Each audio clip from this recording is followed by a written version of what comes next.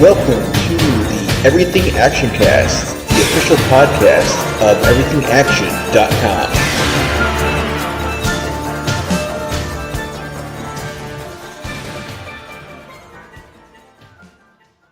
Hello and welcome to the Everything Actioncast, the podcast for the week of February 26th, 2024. I'm your host, Zach. And I'm your co-host, Chris. Yeah, and this week, the spice must flow because we're going to talk about the David Lynch version of Dune. We got Dune Part 2 hitting. If you're hearing this, it's out right now. We're recording this before it comes out, so we have not seen Dune Part 2 yet, but I am very hyped for it. I'm not sure about you, Chris, but... Yeah, as someone who thought he enjoyed this movie as a kid, and to see it get a true to form adaptation, I'm excited. But I'm more excited about that popcorn bucket than I am about the movie. Yeah, that's gonna live more in infamy. Yeah.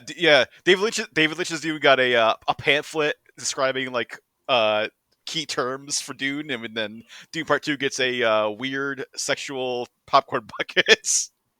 Which I would have taken both, because I'm not gonna lie, I had to look up things for Dune Dune 84. The Quetzat Haderach and the Muad'Dib and the Weirding Way, and yeah, I legit then I also throw in subtitles too, because there were so many times I just could not figure out who was what was happening. Mm-hmm. So yeah, just give me a heads up about my experience about this movie. But so we're most talking about the David Lynch version. I'm sure we'll probably compare and contrast a little bit with the the Dune Part 1. Because we have not seen Dune Part 2, so obviously we can't compare how that the end that movie compares to the last 45 minutes of Dune 1984, which is I think what Dune Part 2 is basically covering in 3 hours. But I believe this was David Lynch had done before this. He had done Eraserhead, Elephant Man, but I think this is definitely his biggest movie to date. This is a huge studio movie. They were trying to basically I think it was Universal basically thought this is going to be their Star Wars. Fox had Star Wars, and they're like, this is going to be our Star Wars for adults. We're putting our full we got toys, we got comics, we got video games, we got everything. And then it's just it came out, and they were like, and everyone was just like, this is weird. And I think there's plans for it was people signed on for 3 movies. I think Virginia Madsen says she signed on for 3 movies, which never only the one happened. Hope she got paid first for all 3. Mm-hmm. Cash those checks. And the film debut of Kyle Maclachlan, who obviously would go on to many collaborations with David Lynch, Twin Peaks Return, various other projects. So they obviously had a very good experience with each other in this movie, and then went on to many other things. And it's basically the first successful attempt to bring Dune to film. There was the Alejandro Jodorowsky version, and also there's a Ridley Scott version that both of those failed. There's an entire documentary about the Jodorowsky version that's gets into the casting, and also they were gonna have Pink Floyd do the music, and Mick Jagger was gonna be Fade Rotha, and Orson Welles was gonna be Baron Harkonnen and all that stuff. So I actually wouldn't mind Orson Welles as Baron Harkonnen. Yeah. I don't think he was going to get as gross, but I could see that. Yeah. So yeah, there was all these attempts to bring Dune to theaters and movie theaters, and then 1984's version was the first one, and did I think probably as best the job it could do, given they tried to cram 900 pages of a novel into just slightly over 2 hours with 1980s technology. Yeah, because you could see some shots in this movie. They just they ran out of money to do graphics. Oh man, the shield, the personal shields that are so good in the Not Even a New Movie are Like that is probably one of the worst special effects I've ever seen in a, like that's if you're doing like top 5 worst special effects, like it's that those like shields in this movie are they're so bad. It's just like Yeah, it's just a giant giant box with like a pixel box with like arms, like a box with like smaller boxes on it. It's just like, man, we've come so it's far. Like, every default like vector graphic they had in that like uh I guess like digital suite that they had back in '84. It's mhm. just everything they threw at it. Yeah, I do appreciate and like I'm very appreciative that they stopped doing that. Like after like this, like there's like 2 scenes where it happens and it's just like after that, there's like there's no one's using shields. There's no shields anymore. No one cares. Like Well, no, they do it one more time with Duncan, but yeah. it's for them to justify the knife thing because Mhm. in the future you can't. It took me a while to look it up online too. So in the future, we move so far advanced with like defenses and weaponry where no one really uses that many like guns anymore because you Yeah. have shielding. So Mhm. you have to use knives because they somehow are slow enough to penetrate through shields. Well, yeah, all the like the shields can block like fast movement, but but then if it's a slow movement, then you can get through. It's like yeah, it's like the slow blade kills is like the one of the phrases they use. So And I don't know why no one decided to make slow moving weapon like projectiles. just like a lower speed bullet or something. Yeah, I don't know. Like it's something that I think the movie corrects itself in its own way with the special weaponry, but the knife thing is cool. It Hmm. I thought I mean it does come full circle for this movie about knife combat. Yeah, I mean, yeah, it's like what year is it? 10,901. But we're back to like mostly bladed weapons. Yep. At least that and it's like I guess no clubbing because Mhm. it's like that's too fast than a knife. Well, we get all the backstory in like the opening monologue from Virginia Madsen, who's pretty much her only like, her only role in this movie because like Her after own that speaking lines. after that she does nothing. Um, but yeah, it's basically like she comes pops is the first thing we see, and she like pops up and like explains like, the some of the basic background stuff because there's a lot of like, I think one of the big differences between this and like current Dune is like Denis Villeneuve trusts the audience more than like Universal trusts the audiences in 1984 because like they just like they threw in like this like monologue and they gave people pamphlets with like glossary terms when they walked into the theater of like here you like know those words before you like watch Dune, and then it's constantly just like everyone's just constantly thinking like they're like like explaining things in thoughts. Like you're constantly hearing people's like inner thoughts, and it's like it's trying to explain like everything that's happening on screen because like I think Universal's convinced like no one would understand what's happening, so they just it's constant voiceover. You are as if like you're reading like a story, like almost a like what's it called like a table read It's like well, almost. it's like everyone's inner monologue is being you're hearing all their like someone will talk and then you'll be inside someone's head being like, why did he say that? Like, does he know? Like, It is a lot of that. yeah, and it's also like very all the inner monologue like voiceover is like very whispery.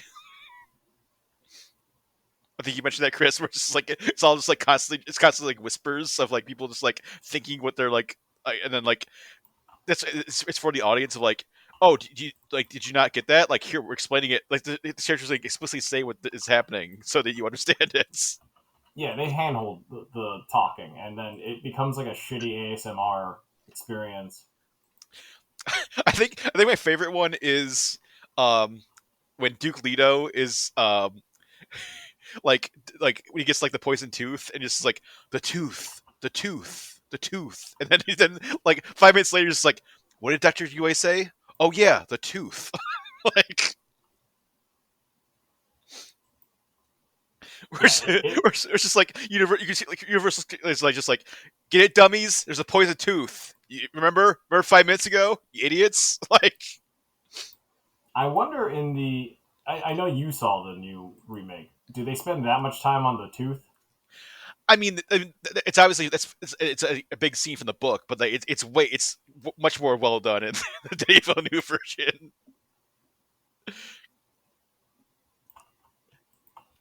A lot of like the Denis Villeneuve like the new Dune is like it's so much more like subtle and like it is more it's way more like just like trusting you to like understand what's happening. I think also it's like because we're in like a post Game of Thrones world, so I think a lot audiences are like way more um like kind of like primed Nerdy. for like these kind of like these like houses fighting each other and these like grand like plotting machinations and stuff. Like 1984, like people were not ready for like all this like all these different houses and all these different like all this like concepts and stuff. Like I mean, sci-fi nerds, like hardcore sci-fi nerds were, and they're like the only ones that read like the novel. But like a general audience going into this were like, because I mean, this is like the same year as like Return of the Jedi, I think, or something. So it's like you got Return of the Jedi, you got like all these and like Gremlins and Ghostbusters, all these other movies, and like Dune also comes out. Ooh, yeah, it's hard to fit in when basically they just got used to the idea of aliens. And like David Lynch's Dune to boot, which adds just like another like level of just like insanity on top of everything. Yeah, that's a bad call. And I think like probably like the most David Lynchian thing is like the Harkonnens because they're like just we're like in like the new Dune are just like like very like they're not like these like disgusting monsters like they are in this movie. Like they're just like They are like pervert gingers pervert in yeah this movie. pervert stupid like disgusting monsters. And is it their whole race they all look that way, or is it like everyone related? Well, it's because like in the new in the new movies, they're all kind of like bald, like very super pale skin, but like they're like they're like very like cunning, like vicious, like they're not like foolish, like they're not like Stellan Skarsgård's not like floating around giggling and like like killing random like servant boys and stuff. They're like an actual like dangerous threat in like the new one. Like this one is like how in this movie it's like how on earth are the Harkonnens like a threat to anybody? They're just like they're such fucking morons. They start strong in the beginning with the plotting and the scheming, and then they get kind of crazy with what looks like a fever dream Jim Henson effects nightmare, Mm-hmm. especially with the killing of the servant boy, of how like the sexual tension in that room is just bizarre. And just like and, like the Baron also was just like really attracted to his nephew Sting. Oh, it is gross. I mean, I get it in the okay, this guy is supposed to be like some sort of like space Julius Caesar monster, Mm-hmm. but there is a point where you don't see Sting for a while, and then he gets reintroduced in such a like famous way. I'm very curious how they're going to use because Austin Butler's played that character now, obviously the new one. I Um, hope he's wearing the same codpiece. like he just like emerges from like a steam bath at one point. Like Mm-hmm. But he still got the Elvis accent he can't get rid of. I think he finally got rid of that accent for like Doom Part Two. I haven't. I think he got made it. We escaped it finally. But yeah, I think Sting is definitely like probably one of the things that people remember the most about this movie. But like he doesn't really have a lot to do. It's kind of Oh, he weird. doesn't. Like he shows up in the beginning and then yeah, like you said, he disappears. Then he comes out of the steam bath in his speedo, which is like probably one of the most memorable scenes of the movie. And then like then he like duels Paul at the end, and that's it. You know what's crazy? Like his introduction, I think it is like a whole. It feels like a music video with him, right? I'm shocked he didn't do like a song or something for this movie, which would have been uh like a Sting music video or something. because they already had Toto doing the music, which is like another crazy element of this movie. Yeah, I totally forgot Toto did the music. I looked at the screen when I was happening. I said, what? Am I reading this And thing? Toto's in this movie? it's so like not Toto. It's just like you would not even like if you had like five guesses who made the music, like you wouldn't guess Toto did the music because it's so far away from like Africa or like Hold the Line or either like normal Toto songs. It's just like this like generic kind of like. I mean, it has guitars a little bit, so that's kind of like the only thing that makes it like Toto-esque. And then like the end credit song, which is like I think it actually had like like an actual version with like lyrics and stuff for like the end credit song. It's like Take My Hand is the name of the song. I see. But yeah, I wish there had been like like just full on like Toto like songs like lyrics like pop songs in this movie that just would have put it over the top. I bless the rains out of Dune, Uh-huh. Out of Arrakis. out of Arrakis. That's another thing. This movie would have been it. The Dune is not what they call the planet, right? Like it's a nickname of Arrakis. I think so because Paul is like Arrakis Dune like Yeah, it's interchangeable. yeah.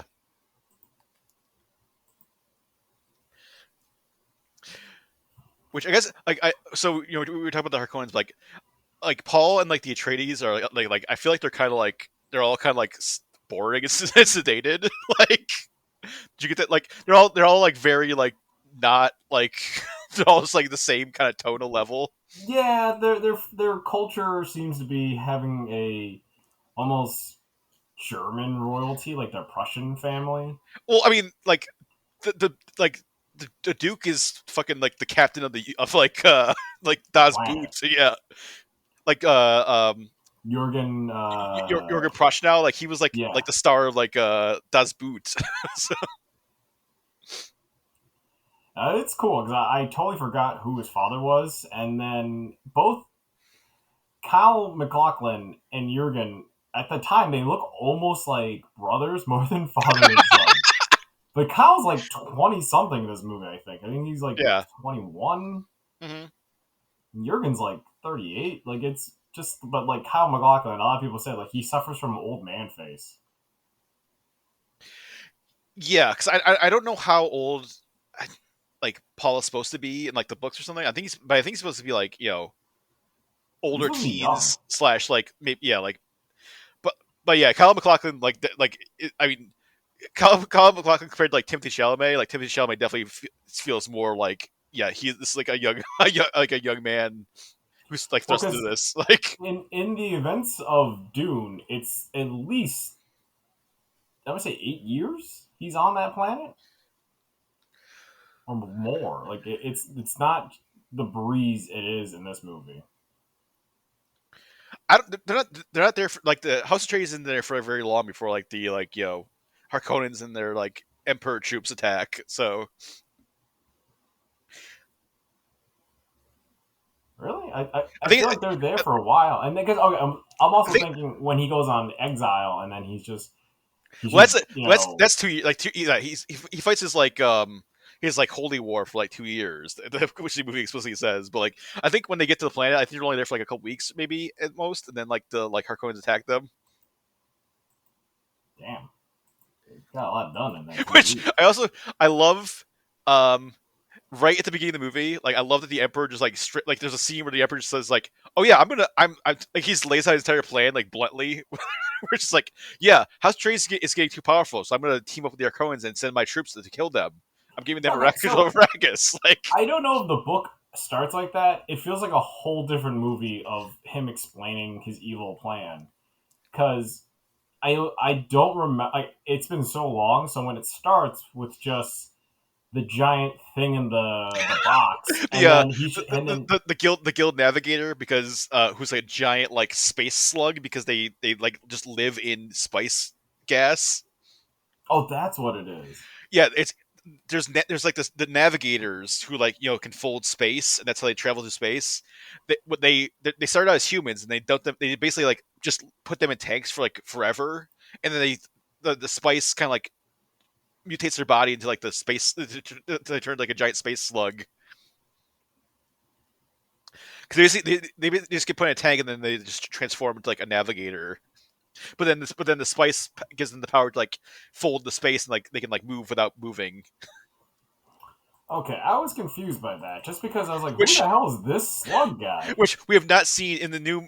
I mean, maybe part two we'll see what. But we have not in part one. We did not see any sort of like navigator or like slug man or anything like that yet. So, and the emperor does not show up at all in part one. Like Christopher Walken is playing the emperor in part two, but he did not show up in at all in part one. It was just like kind of like that was like it was just like a shadowy like the like we uh Stellan Skarsgård, like the Baron's, like, oh, the Emperor's like is secretly giving us help to like take the House of Atreides down. Okay, so second question: did you see the Navigator's crew of the almost like an animal helper crew? But there are two guys in that crew. All their job is to do is like vacuum. It's like meaningless vacuuming, like before and after, like when it Yeah. leaves the room. hmm And there's Uh, like the guy who like because like the navigator can still like speak like he has like there's not like he doesn't have to translate or anything, but then there's a guy that shows up just like with a microphone, basically just like the navigator. Like, I mean, like he's not. He's like it's translating his voice into like a different like he's talking like this weird like whatever speech he's talking in, and then it's like he's like translating his voice in like a weird way. It's like the like guys in like leather show up in the beginning, just like this is the navigator, like Pretty cool, right? No, that part I kind of understood, but yeah, the like you're just so overwhelmed by the visuals, and there's no connection yet. You have no idea what's going on. hmm yeah, So you're 5 minutes into the movie and there's a giant slug man. yeah, that is how this movie just introduces itself, and Mhm. it's a lot. Yeah, Uh, I also second thing, well, I was saying like the emperor also does not seem that threatening. Like no, when you think of the emperor, like I think of like Emperor Palpatine. Like that's an emperor. This guy seems like the bad guy of like a like some like Caribbean island that like the like Expendables are gonna like kill or something. Like it seems like it doesn't seem like the emperor of like the entire fucking universe. Like and yeah, and he's answering to the slug monster, so yeah. it's already starting off on the wrong foot. Mhm. Yeah, he just does not seem like someone that is like this is like the all powerful person of the entire known universe is like this guy in like this like dictator outfit. No offense to Jose Ferrer, but like I mean he's not seem threatening at all. No, no, and the fact that like you see him kind of struggle and try to explain his plot, and then the monster is just sort of like, "Yeah, I didn't say this. Bye. hmm I was not here." So he doesn't agree. Like he doesn't want to be known that the guild agrees with the emperor. Well, the guild is this like the Navigators Guild is like are the ones like basically like putting this whole plan in motion of like we don't want House Trades is a threat to like our guild plus like the Emperor, so like we want you to take them out, and then also like I think because of the spice, they can see like the future or something. They can see like or they have like visions like they know Paul is going to be like a huge threat to them. So that's why they're like kill them now. They need to kill Atreides like the House Atreides now. Well, at least the navigator was giving him a fair warning. Goes, you have to kill the Paul. hmm You don't kill. Don't worry about the Duke. Yeah, Paul Paul's the one. Paul is what a lot of people refer to as the space Jesus. He's the Quitz Haderach. Which I had to look up online. I was like, they mentioned it like 3 times in the movie, but I had to look at like, what the hell is this? Yeah. Well, there's the Benny Gesserit who are like the space witches, and they've been trying for centuries to like have one of their like members, give birth to the Quetzat Haderach, which is like the super being that can like uh control like see the future, see the past, like like basically have the same powers like the space navigators can like all these like superpowers basically, and then they'll be like the most powerful being in the universe. So I get why the navigators are afraid, because this thing is very powerful without being dunked in Hmm. spice. And yeah, like I feel like if the navigator can just fold time and space, wouldn't they just teleport this guy out into space and that'll solve the problem? I don't know if they can like teleport like individual people. I think they can just like they just do the ships or something. I don't think they can just yeah like just teleport a person like into like the middle of space or something. I know it'd be a short movie if he did. Yeah.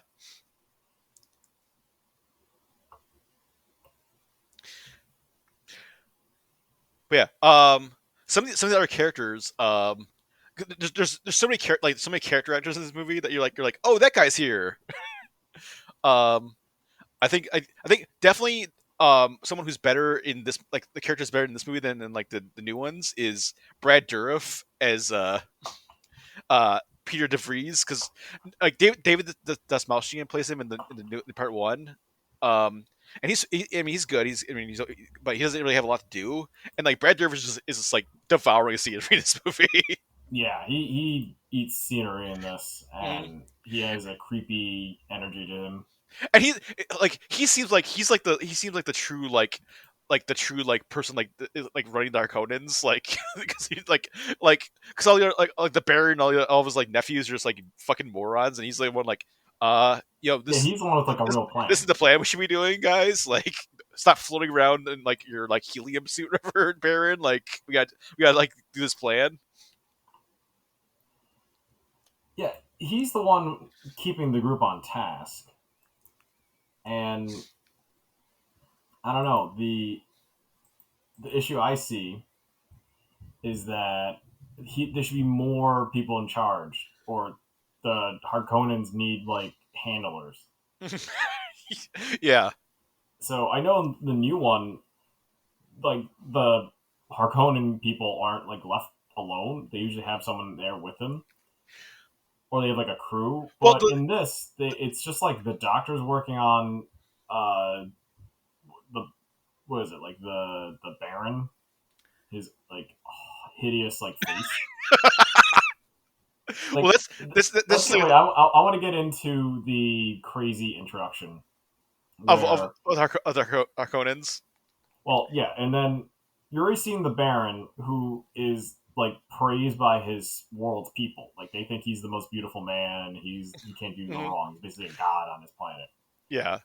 And then they bring in Sting and his brother, and the, I mentioned like it comes in like a music video. There's like a whole soundtrack change. Hmm. Camera angle zooms. It becomes like a Yep. fever dream of just like this feels like David Lynch really like going, oh, I mean, test the waters of just getting people with my visuals. Yeah, and then And see, yeah. So Paul Smith is Raban, who is Dave Batista in the new ones. yeah, Paul Smith doesn't really do much besides No, show that he's like a big dude, which fine. He looks like a tough 80s big dude, but not by today's standard anymore, right? to be fair, like Dave Bautista didn't really do much in the new one either. But he looks way more like intimidating and threatening in the new one. But he doesn't really like fight anybody or do anything. Like I mean, I'm He hoping still in part doesn't two, do that either. like like in Batista kind of the new one is kind of like he just is like kind of like standing around and yelling at people. Like he's yelling like we got to kill Atreides, but then he doesn't get like any like big fights or anything Oh, yet. I mean, really? I hopefully thought there was something, maybe. maybe part two like he'll like get into a skirmish with somebody, but I see. Uh, yeah. So basically, when you're seeing their crew, they're all just like greasy looking. Every Harkonian has like a sheen on them, either through like pure sex magic, which is the Sting look, or they're just gross for either eating like out of control or like I pulling think the plug on their servants. Which I was like, is they this have, just like a thing in your planet? You have to have a heart plug? yeah, it's a plug that you can pull out and they just like bleed to death if you pull it out. Also, and like at one point, like Raban like just like walks past like these guys just like carving like an upside down cow, and he's like rips off like the ear or something and starts eating it.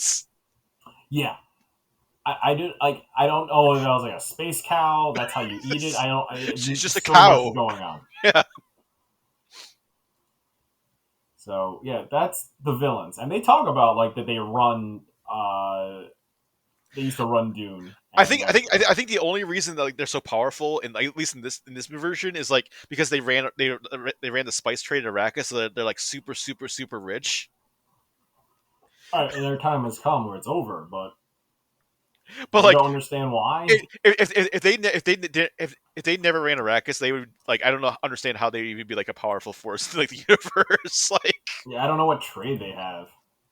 Like the like the new Harkonnens are like you're like oh okay yeah like, even if they didn't like run Dune before like Arrakis before, they're still like a very like threatening force. Like they're like scary and like intimidating and like I get they could like go to war with like other like houses and stuff. But these guys like the Dune 1984 Harkonnens are just like they're like such like such, they're so ridiculous. All right, Um, so yeah, we're at war, essentially feuding between the aristocratic family of the the Atreides. Atreides, House Atreides, and then the Harkonnens, who are just like hillbilly perverts, Yep. And the Emperor sides space with the hillbillies. hillbilly Yeah, I know. It's like, what? Why? because apparently the traders are they're getting too powerful. They're threatening the Emperor, and they have the secret weapon, which is the weirding modules. Even they don't even know what that is because they say that it's like a secretive thing and they can't figure it out. Yeah, someone tells the Emperor or someone like, oh, they have like these. They're building like a sonic army or something, which so yeah, so the weirding modules are like you can use your voice and it basically fires like a projectile beam, and then like but then like different words have different effects apparently, and which they're not in the book. They were created basically just for this movie. The new movies don't have anything to do with like the weirding modules or it's basically in the books there is the weirding way, which is like it's like basically it's the Benny Gesserit like fighting style, where if you're trained in like this like specific like martial art, you can like teleport basically, and that's what the weirding way is. But in this movie, it's like the weirding way is like, oh, actually have like weirding modules that like in the weirding way is like you use your voice to like uh you know fire beams of energy. They really downplay like because there's the weirding modules, but there's also just the voice, which is like you use like control people and force them to do things. The And Jedi mind trick. yeah, and the new one really leans into the voice. And there's nothing about there hasn't been anything yet about like the weirding way or like any sort of like martial arts or anything. But this one, like I think like they used like the voice like twice in the David Lynch version, and it's all about like these like weird beam guns that you like shout. It's like that what's that like Nintendo thing like the like that like weird like headset that you like you like yell at things and like it shoots like light gun. Oh, yeah, I know what you're talking about. I don't know what it's called.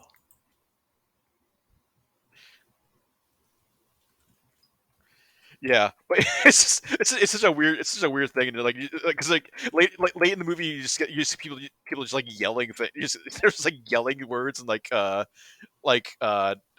shooting beams, like exploding things. And the effects aren't that great. It, Oh no! they did not add the what you think they're going to add for like a voice weapon. The gun, whatever, right? But there's no like yellow lines. There's no cartoon outline. It just sort of people just fall down. Well, sometimes it's not even like a beam at all. There's not even like a visual representation of it. It's like explosion happens. That's what I'm saying. You just your voice, and you're like assuming that that's the same person talking. Because sometimes you're like, oh wait, is it like it's like invisible? Is it's like an invisible beam? But then sometimes there are actual beams. That's like it's just like it's very consistent about what these breeding modules do.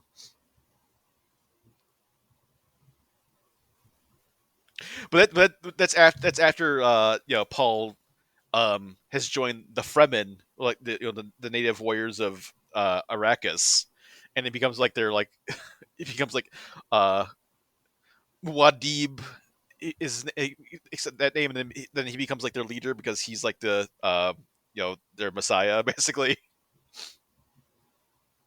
Yeah, for the planet that saw some cool shit, and like no one else has seen it because no one's reporting on this. So it's just like the Emperor wants to come see this for himself. Hmm. Essentially, the movie is about um, this rebellion that is halting the production of spice. Because okay, I guess in the books they really take its time about the fall of House Atreides, and it takes a while. But Well, in this movie, they get it, really into like certain specifics for like a good 10 minutes in each subject. well, I was like, so like Dune Part One, the new one, is basically they like it's like it's 2.5 hours, and it's all like all the fall of the house, like fall of the Atreides, and like it ends with like Paul like joining the Fremen, and then that's where like Part Two is gonna pick up. So and then, but then this one is like the first hour and a half is we kind of get to that point, but then the last 45 minutes is like this like crazy condensed like it's sort of like it kind of like devolves Rapid fires, it yeah. devolves to these like just like segments, and then like it like fades out like montages where it's like there's like tons of voiceover from like Virginia Madsen being like, for 2 years Paul led the freemen against like in the rebellion against the emperor and like destroyed the spice production. It's like 2 years.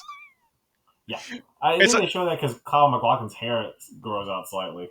yeah. Well, I think there was apparently there was like David Lynch had like got it down to like a 3 hour version, but then Universal's like, no, it's got to be 2 hours or like just barely over 2 hours. So then they had to reshoot a bunch of stuff, and they had to like redo like add a bunch of voiceover, and then that's why like the like end is like so like Rushed. montagey and crazy.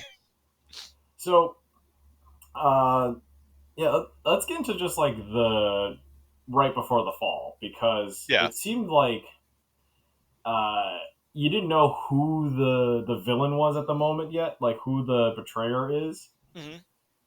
So my money was on like if you haven't seen it before, you think it's gonna be the master assassin, right? It feels like it was gonna be him. Like which character? Uh, the minute guy, the Atreides minute. Oh, well, he's not really, he's not an assassin. He's like a like data from like Star Trek. He's like a human calculator basically. Is he? Yeah, that's what the mentats are. They're like that's what like Brad Dourif is too. Like he's like the Harkonnens mentat. They're kind of like they like do like calculation. They like take spice and like they do like these like crazy calculations and stuff. Okay, but that's the thing. So one minute can do calculation, thinks he has a good plan, and then one version that does the same thing, and he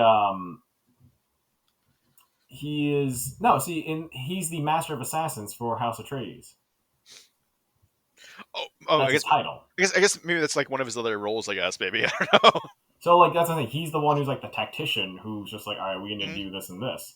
Because he's the one who's figuring out where the bombs are planted, but he's mentioning that he's finding them too easily. And finding all the like Harkonnen guys that are just like sealed into walls. Yeah, and it's like, oh, here's a dead Harkonnen that just is here. It's like, where are these guys popping out from? They get into the new one. They get into like the new one too, like where like the Harkonnens just like sabotaged all the equipment and like left all this like they left like the shittiest equipment for the Atreides, like so they couldn't like produce enough spice. That makes sense. It's like, oh, we're trading hands, so like, let's give you the shittiest like parts. Hmm. You know, they're basically trashing the apartment. So I get why there are like bad equipment, but there's like new dead bodies that I like they keep finding like every hour Yeah. in their time. Hmm. Like, where are these guys coming from?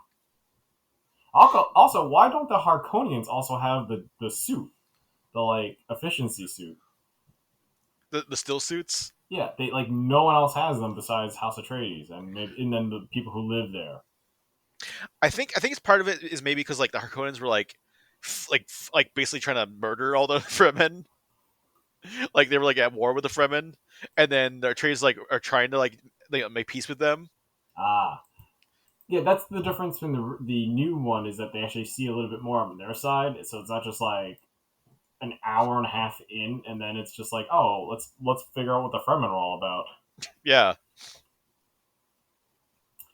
Also, why are they called the Fremen, not the Arcadian? Iraqians or something. Iraqian? Yeah, it's like they're I just don't not know. called that. Like a Yeah. whole different tribe name. Hmm.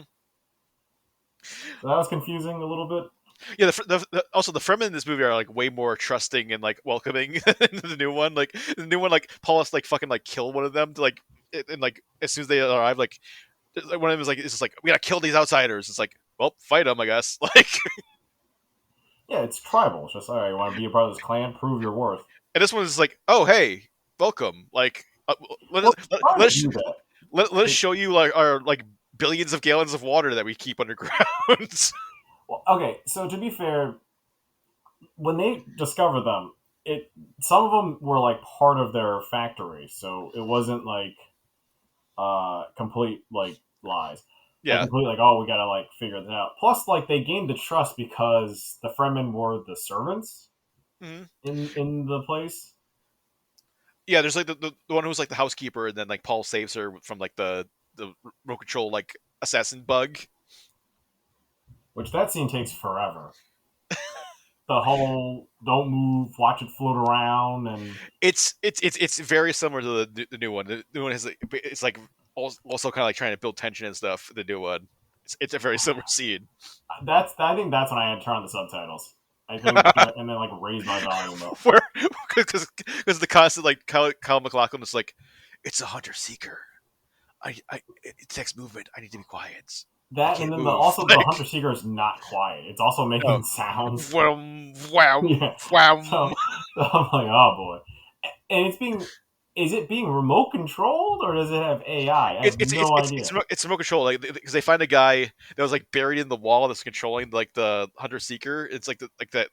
After Paul destroys that, it's like, oh, this guy was like buried in the wall, like with a remote control for like months. But that guy, he couldn't see Paul. I don't know how. I don't know if he can like if that like hunter seeker had like a camera in there or something. Yeah, I don't really know how he like is able to control it. Because it says, I think he says it's too dark, or it text you can only see it by movement, but then so it's like it must have like a very terrible like sensor system or something in it, or like no like light sensors. Mm-hmm. So like weird technology has limitations. Yeah. So another thing about was it Dorf Hardwatt, the Freddie Jones character? Same guy, Oh Master oh Assassin. Thufir Doofer. Thufir Howat. So I thought Doofer and then Brad Dorf were like father and son or something. Well, I think they're just like I don't know if the mentats are a species or if they're like all mentats. I have like like the crazy eyebrows or something, Yeah, but like so that's what threw me because off too. they're both they're both mentats, so they're both like these uh like kind of like human computers basically. But the fact that they all have the same like look, Hair, yeah, the crazy, hair is just like, crazy huh. bushy eyebrows. Yeah, But I'm assuming it's just like uniformity. Eventually, everyone sort of just like hits a species peak, so they all mhm, have like the traits. They all look the same in this yeah. planet. I mean, that's why it's like no diversity, I guess, because eventually they all become whatever the planet is. That's why like the Harkonians all look like gingers. Mhm.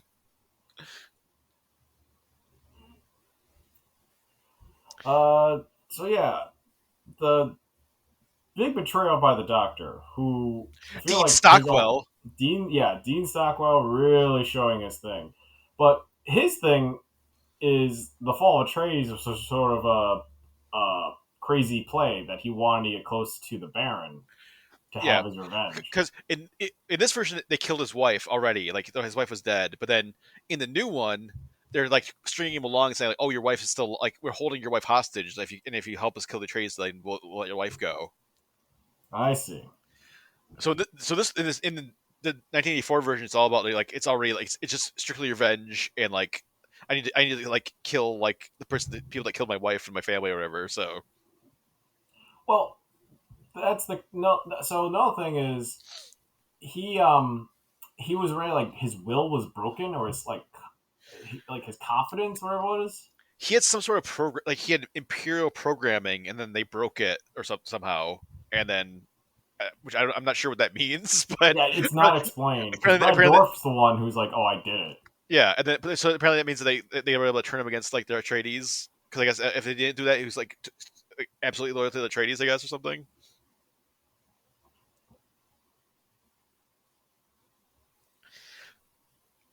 I will say, one of the Atreides characters that is totally like is absolutely like 1000% better in the new one is Duncan Idaho. Oh, let's get Like into that. like he, such like in this movie is like just an absolute nothing burger, like the most fucking boring character in the entire movie. And then in the I new one, forgot like who he was, yeah, and then in the new one's like Jason Momoa, and he's like so much like personality and like calling like Paul my boy, like he's supposed to be one of the best warriors of the House yeah. of Atreides. Oh, And he gets murked like so easily, like. in this, yeah, like this is the best. Yeah, he's like he lets a dart fly through his shield and like in slow motion and stab him in the head and he's dead. It's like all right. I mean, not to spoil the new one, but that happens better in the. Well, in part one, like he has like this like epic last stand. Like he's like takes on like a dozen guys by himself to like let Paul and like Jessica escape. This That like makes sense. so it's a way more heroic death. Like he's like a way it's like a million times better a character. Like it's just way more interesting, way more fun. Like he has actual jokes. Like he has personality. If if there's one character is like it's like significantly better than in the new one, it's Duncan Idaho. Like this movie does not do justice to that character at all. Yeah, the actor who played him isn't bad. It's just they No, gave him nothing to do. I'm still trying. I'm still trying to figure out though if James, Josh Brolin or Patrick Stewart though, because that's a competition because they're both great. I So mean, Gunnery is interesting because Gunny, in the yeah, beginning, yeah, Gunny. Gurney, So Gurney, yeah. Gurney walks in with this badass loot that is. I think I saw the Simpsons parody of it first before. Oh, like I remember seeing in the Simpsons, someone like the comic guy is like trying to teach Bart that like that's a cool thing to get into this hobby. hmm And yeah, it's like he's like the like most musical guy in like House of Atreides. He's like a warrior musician. But yeah, it's like all right, I get it. And he is. I bet you Josh Brolin does not have that, right? He doesn't walk They around with that loot. they kind of like they make a joke like Paul is at one point is like sing us a song Gurney, but like he doesn't have like a like his like whatever instrument that is. Uh And he also doesn't have a battle pug, which I think is like maybe puts Patrick Stewart like above like Josh Brolin. Which I don't know where like I don't know that's in the book, but like House of Trades has like pugs everywhere. They're all carrying pugs. yeah, and the royal thing. That's I was like, I think they're supposed to be modeled off the British family because Queen Elizabeth had pugs, Yeah, so they're supposed to be that kind of glitzy but royalty. one of the best scenes in 1984 is Patrick Stewart like in battle, like fighting like the Harkonnens when they're like attacking the House of Trades. And he's got a pug, like a little pug puppy, like tucked into his shirt, like he's like firing a machine gun at these like Harkonnens. So hopefully, maybe in part two, maybe we'll get a pug at some point. There wasn't any pugs in part one. Is that in the books? I'm wondering. It's either in the books or it's just a weird David Lynch thing. I'm just like, give them I all was like, pugs. yeah, Like I feel like that's a David Lynch thing. I like pugs. Like give them all pugs. Dude, this makes no sense. It's like somehow pugs survive Yeah, thousands, like 10,000 years in the future. the only dog species that survived is pugs. Like right now, currently, pugs have one of the worst dog health. And it's like, oh, it gets better in the future. They get like a giant boost. Yeah.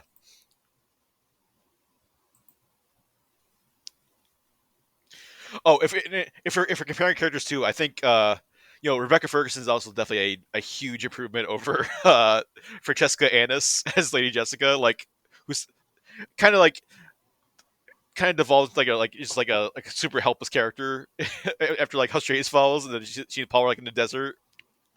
I Wait, mean, she sort of was cheering on her son, and from yeah, a distance is I don't know, encouraging, and she gives birth to the super baby. So Well, yeah, she drinks the like poison water that like also like turns her into like a super witch, I guess, and then also yeah, lets her gives birth to Paul's sister Aaliyah, who with I guess in 2 years becomes like a like like an 8-year-old. 8 year old, yeah, with like the full powers of like a Bene Gesserit like Reverend Mother, which is like the most powerful like Bene Gesserit witch person. Which that final scene where it's like how does she get into the like wherever they were, like she breaks into like single handedly breaks into like the Harkonnens like the Arrakis like, where like rules Arrakis like that like palace. No, no, she gets invited. Oh, they invite her in. Yeah, she's a messenger, so they invite her in, and then that's Oh, where she's like, "I have a warning," and then yeah, they're like, "Okay." but then they just keep letting her like say things and like do Yeah, things and like that's the other thing. It's just like, all right, well, this because their witch is the Harkonnens witch is like, this is an abomination. Like, what yeah is this? I need to stop her. And like, no one moves a finger for her. They're like, it's like, no, you should probably listen to your witch when she's afraid of that witch. yeah. This like little girl's like way more powerful than your witch and can like is like is just like yeah like as powerful as her brother probably or slightly less powerful than her brother, but like they're both like insanely powerful. Yeah, they're powerful because she's just more power in the witch powers. I mean, for now, I don't know. I feel like she should be stronger in the future, where she Mhm. basically is the best of both worlds. Yeah, Maybe that's something that happens in one of the Dune books. or maybe it happened in like the whatever during one of those like maybe there's a detail in the like in the montages that we didn't see when they were like trying to cram probably 500 pages into like 45 minutes. So there is a shot with the little. I mean, this girl gets introduced so goddamn quick and brought into the movie. I think the first time we actually hear her talk is this scene or is it before? I think maybe a couple maybe a little bit before. Okay, I, because she's doing I the do whisper talk. I do love that like like basically there's a shot of like her like coming out of the womb basically or in the womb, just like a bloody baby. It's like that like Death Stranding scene. It's like Yes, I it's got like the that baby vibe too. the baby just like they're like, hey, I'm here. Like This baby knows it's a baby. Like, yeah. oh, that's weird. So yeah, I that part, and then there's a scene where she's like dancing while there's like destruction. Do you Mhm. notice that? It's like it's Yeah. intercut. It's such a David Lynch like out of context insertion shot. Mhm. Just like when Paul's having the vision of his sister, when he goes, he realizes what he can foresee, what's growing in his mom. Is that when he drinks the water of life and then has like his crazy trip where he's I just think like so. where he But okay, like so he finally understands like what the what the sleeper must the awaken perp, means and like the yeah, yeah, moon and all that stuff. Like and the visions. yeah, So okay, that's how he figures out his name, right? Or is that no? That's before. It's way before. that's when he joins the family. He's like, oh, I like oh, what is like what's like when the like the The second phase of second the moon moon. or something. Yeah, Yeah, and that's like and then he falls in love with Chani, who's played by Sean Young. he realizes he's been falling with her forever because he's been having the same dream. Where she, like I love like the one scene they get this constantly shows like, tell me about your homeworld. And that's like what made her like fall in love with her. It's like, oh, she wants to know about my homeworld. Like, Ooh. and then there's like one of the montage things like Virgin Man's is like, and they fell in love. Like in many years or many Yeah, dates? in like No, 2 years. Yeah, just that one question. Yeah, it's definitely a pacing issue. I feel like this is the cliff notes of things, and you feel it. You feel definitely just rushed because I guess whenever Virginia Madison isn't on like somewhere talking to kind of connect the dots, mm-hmm. this movie is just on scale like very dense.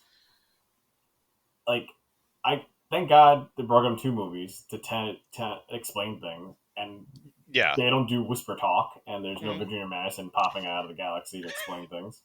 Yeah. It would have been Florence Pugh like in the new one if like they did the same thing because like she's playing the same character that Virginia Manson's playing. The Emperor's daughter. The Princess Erlulan. Yeah. Okay. So now I've got a question about that. if you have this emperor who is emperor for whatever reason, and then Space Jesus shows up, like, yeah, like he's gonna take your emperor title. He's literally Hmm. like a god, Yeah. and like, He's taken over the like the literally the one planet in the entire universe where the most powerful, the most important thing in the galaxy is the entire universe. Like okay, you only get spice on Arrakis. so but then in the movie, he's declaring that he's gonna get rid of all the spice. Yes, because that they'll like free everyone from like the control of like the guild and the emperor. That like no one like they'll like, destroy all their power.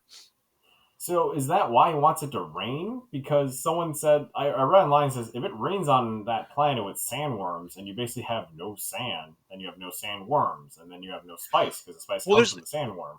yeah, that's the weird, like so like the worms generate the spice. I guess so, Yeah, but they then they, it's like they didn't they prefer the desert because of that. they haven't gotten into that in the Denis Villeneuve series yet. I'm sure that'll probably be in part two, which when we see that we'll get the answers to that probably. But Like, will the worms evolve into like whales or something?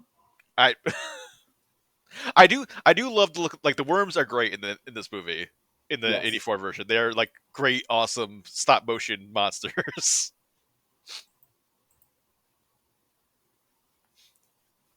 Oh, I mean, but I mean, the new ones are also like awesome. But like the new ones are just like it's just like a black hole of teeth.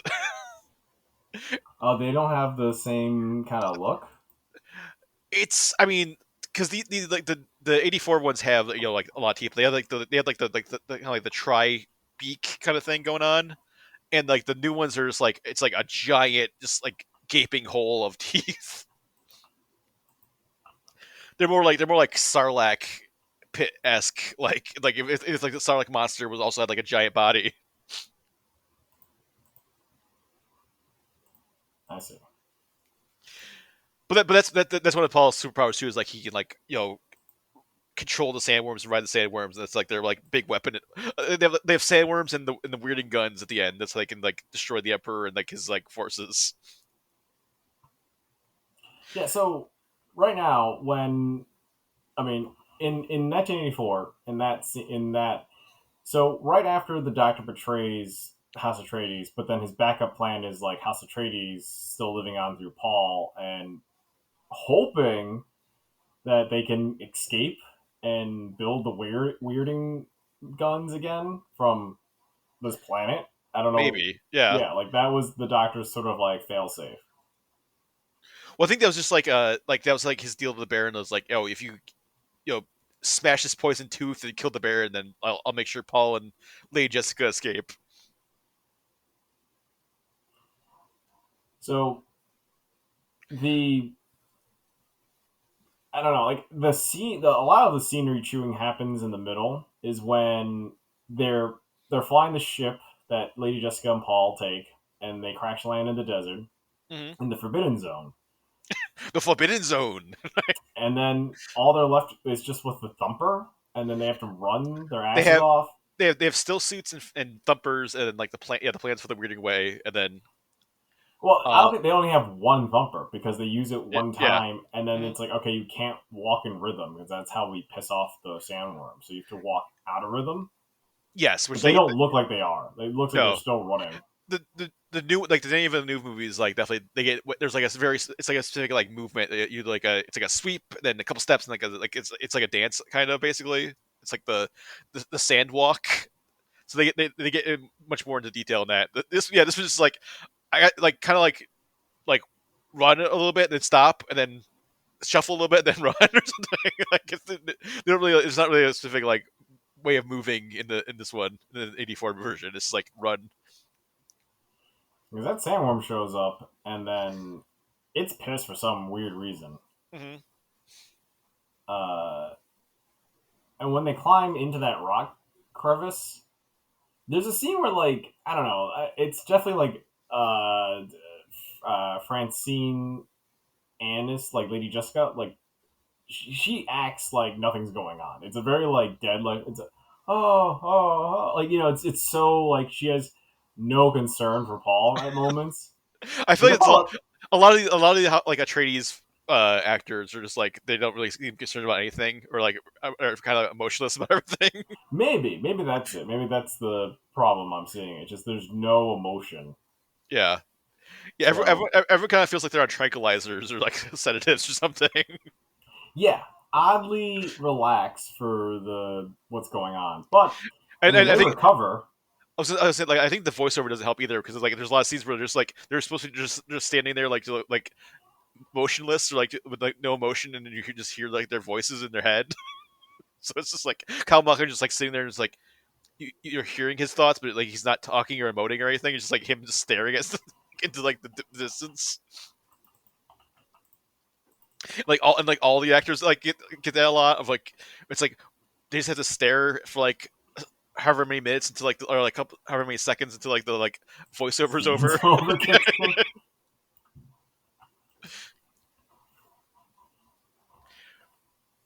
Why? What? It's like what do I have to do? Why did he know that? What does he mean by that? It's like Yeah. It's a lot of thoughts taking over. So in order to fill in the time, just looks. It's just people giving each other looks. hmm Uh, but yeah, let's get into the Fremont cult that is just waiting for them in the cave, and it's the hmm prophecy that they had that like no one else knows. I think there's a it's in the new movie, and I think it's in the book. It's in the book where like the Benny Gesserit, like someone one of their like members like came to like Arrakis and basically like they created the prophecy like there's gonna be someone from off world that knows your language, like that like, is gonna be like your messiah that will like free you from like uh free Arrakis. And so like and there's like they basically plant all these signs, and then Paul like meets all those signs. They're like, oh, he's the messiah. I would love to have seen that instead of heard about it. You know, like that's a show. Don't have to tell me. Have a Yeah. Fremont on planet uh, Atreides, and then just sort of just say, "Oh, hey, like you're the latest hair. Like you might be the one to save us." Something like that. hmm They really close tight lip on that until the mage says something. But it's just a pacing issue. I feel like again Yeah, it gets on it gets to like they get to like wherever like it's like after like the attack on House Atreides, like it's just like whatever that part is in the book, then they just like it's just like they got to a point where it's just like, oh shit, we have to like explain all this, like it gets weird, and we have to like try to cram this like 45 minutes to like at most. Because like all this like end stuff with like the Fremen and like the like water of life and the sandworms and the like that's gonna be like probably 3 hours in the new movie. And it's like it's 45 minutes in this movie. God damn. So I mean, that's definitely one of the advantages of the new movies is like they have like they have 6 hours to tell one book instead of like 2 hours to tell one book.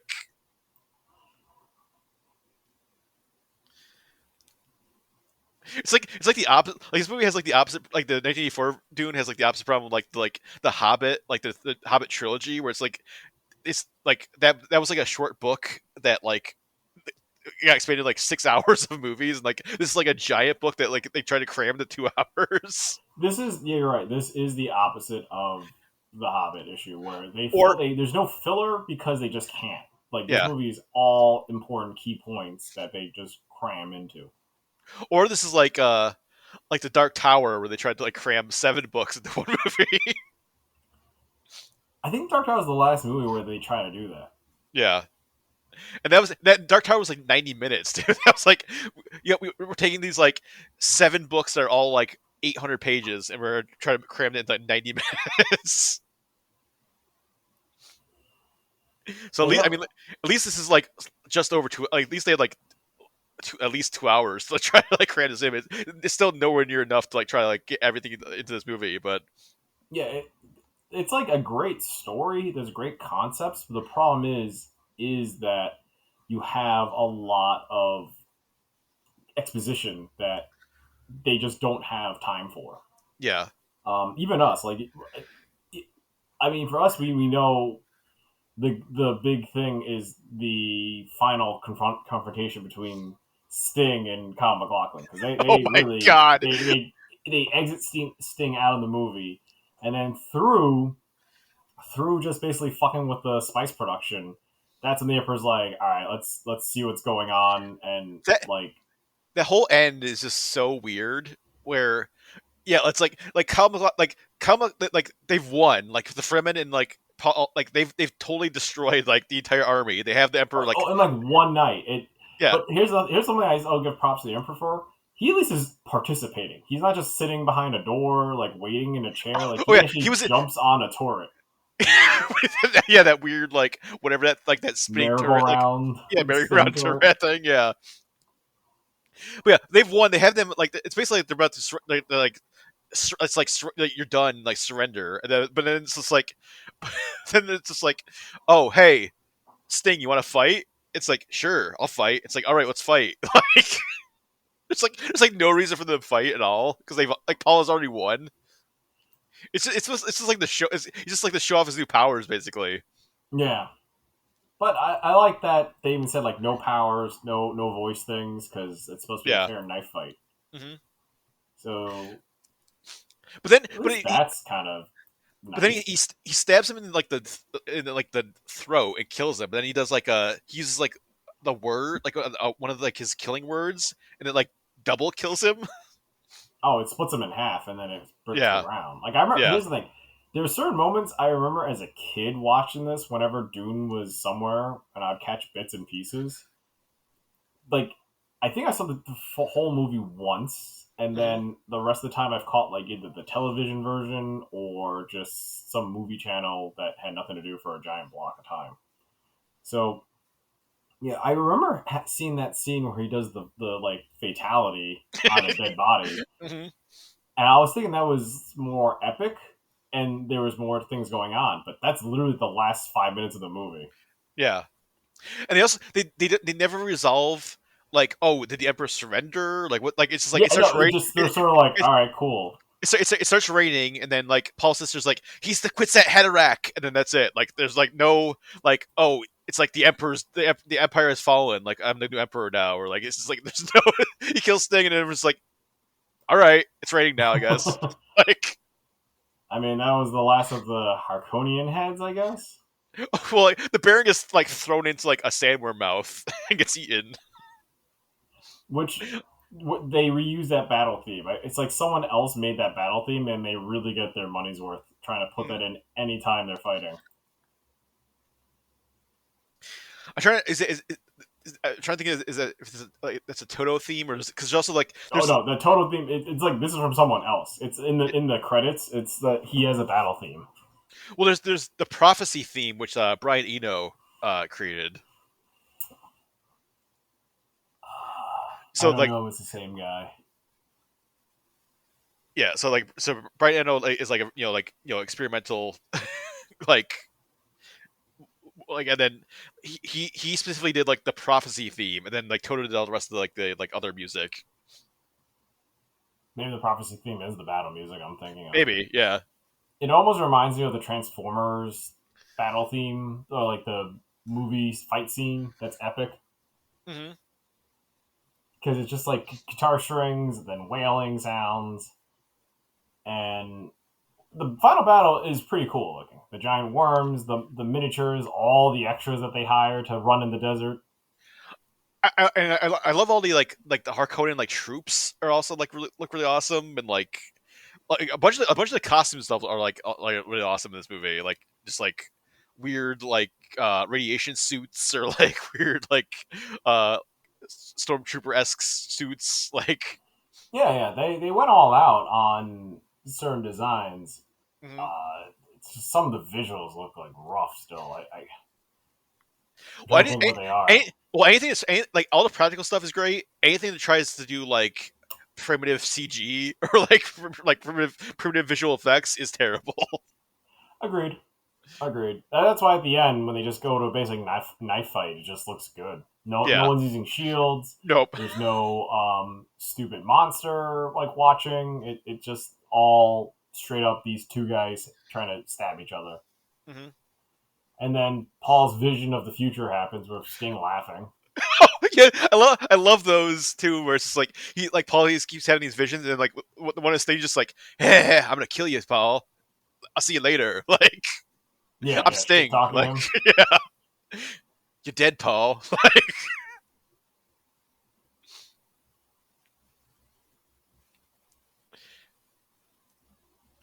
but yeah, overall, Dune 1984, very interesting, interesting movie. Um, I'm glad we have like the Denis Villeneuve movies now to like kind of like give Dune like a proper adaptation. But this is like a very you know weird, interesting take on the same material. I'm kind of interested in seeing the 2000s version, the made-for-TV movies that they made. I don't know if that was like Dune. I think that was like one of the that was like one of the sequel books or something. No, there's like a 2000s Dune, and then Like Children of Dune follow that. oh yes, a sci-fi miniseries. Frank Herbert's Dune. Yeah. So I'm interested in seeing that version because Mhm. that has three movies, to spread out the plot.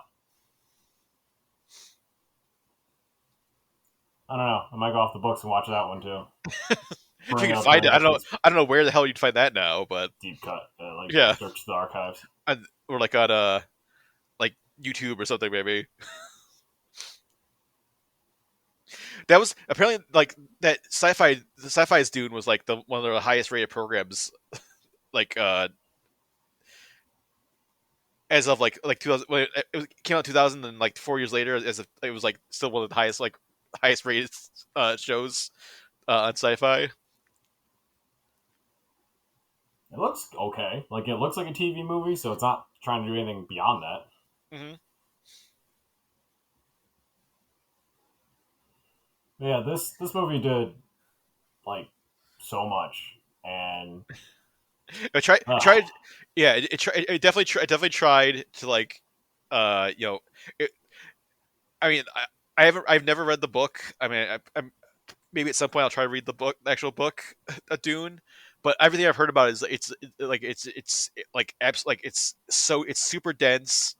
Like it's super like it's like there's like so much like the like so much going on in it. It's like it's 900 pages. Like it's like an epic like it takes an effort to read it like apparently, and just like try to like yeah translate that to like a 2 hour movie in 1984 like and they were trying to do it in like 1970 too. I can't even imagine like a version that would come out in like I 1970. am interested in that documentary. That's them trying to explain how they got in that pre-production phase of Dune Yeah, and everything fell apart. I haven't seen that either. Like Jodorowsky's Dune, I haven't seen that yet, but I've heard that's a really great documentary, and there's like a lot of like crazy interesting stuff. I think they had like H.R. Geiger did like the Yeah, designs for that one. super team of people, and that Yeah. Geiger design later on influenced his work and all that, just because he had to push himself to design the ships that were accurate. And I guess the Harkonian technology is very gross looking Mhm. because the ship's designs are all based on humanoid faces. Yeah, like I think like is like the Baron's like headquarters or like his palace is like a giant head Yep. in this one. And some of the artwork that, if you look at some Geiger stuff, is for Dune, like that Yeah, kind of infamous, kind of mute, like alien humanoid train looking thing. yeah. I think that was like a space like one of the ships or something that was going to be like one of the ships in like Jodorowsky's Dune. I always thought that was some sort of original concept, but I didn't know that he basically was storyboarding from what he was reading about Dune and putting it together. Hmm. I also have to see if this from some of the photos I saw from the Jodorowsky movie, this the survival suits are totally different. They're more like Middle Eastern design. Hmm. I will say like the the new Dune design is like very. It's like really. It's basically it's very similar to like the '84 Dune. Like they're like very like there's not really that much difference between like the new ones and the like the still suits. They're like very similar designs. Well, just different color. I mean, maybe a little bit more like Tactical. tactical and like realistic, but like the same general kind of like the look is like very similar. It's also really interesting too, like just like hearing seeing like the exact same scenes, like hearing the exact same lines like in this one and then like the new one, and just seeing like how different they are. Yeah, I'm interested to watch that again and just compare it. Like if you want like the scene where like Gurney is like training Paul in like knife with like knives and stuff is like there's like the exact same lines are in the scenes and stuff, but like just like obviously we talked about like how terrible it looks in the '84 version, and then like how good it is in the new one with like the shields and everything. So yeah, definitely, it's definitely an interesting interesting thing to like check out, especially as we gear up for what people are like critics are saying is like one of the greatest sci-fi movies of all time with Dune Part 2. So I'm excited. By the time you hear this, hopefully I'll have seen it, and then I'm sure we'll have, if I see it, I'll have a review on the site soon. So keep an eye out for that. Or probably not if you buy that popcorn bucket. We don't see it for a while. Oh God. Well, I don't have an AMC near me, so I can't get the popcorn buckets. You can make your own weird version. Yeah. Bring it in the movie theater. Just get dirty looks. My sandworm. It's like, no. This isn't for sex. It's for popcorn.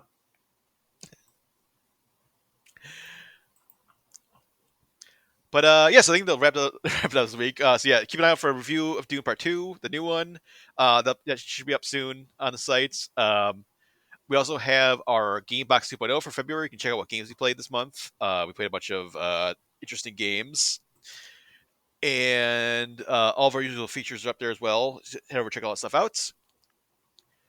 And yeah, you got to come back next week. We're going to be talking about Children of the Corn, because that's celebrating its, I think it's 30th anniversary or 25th anniversary.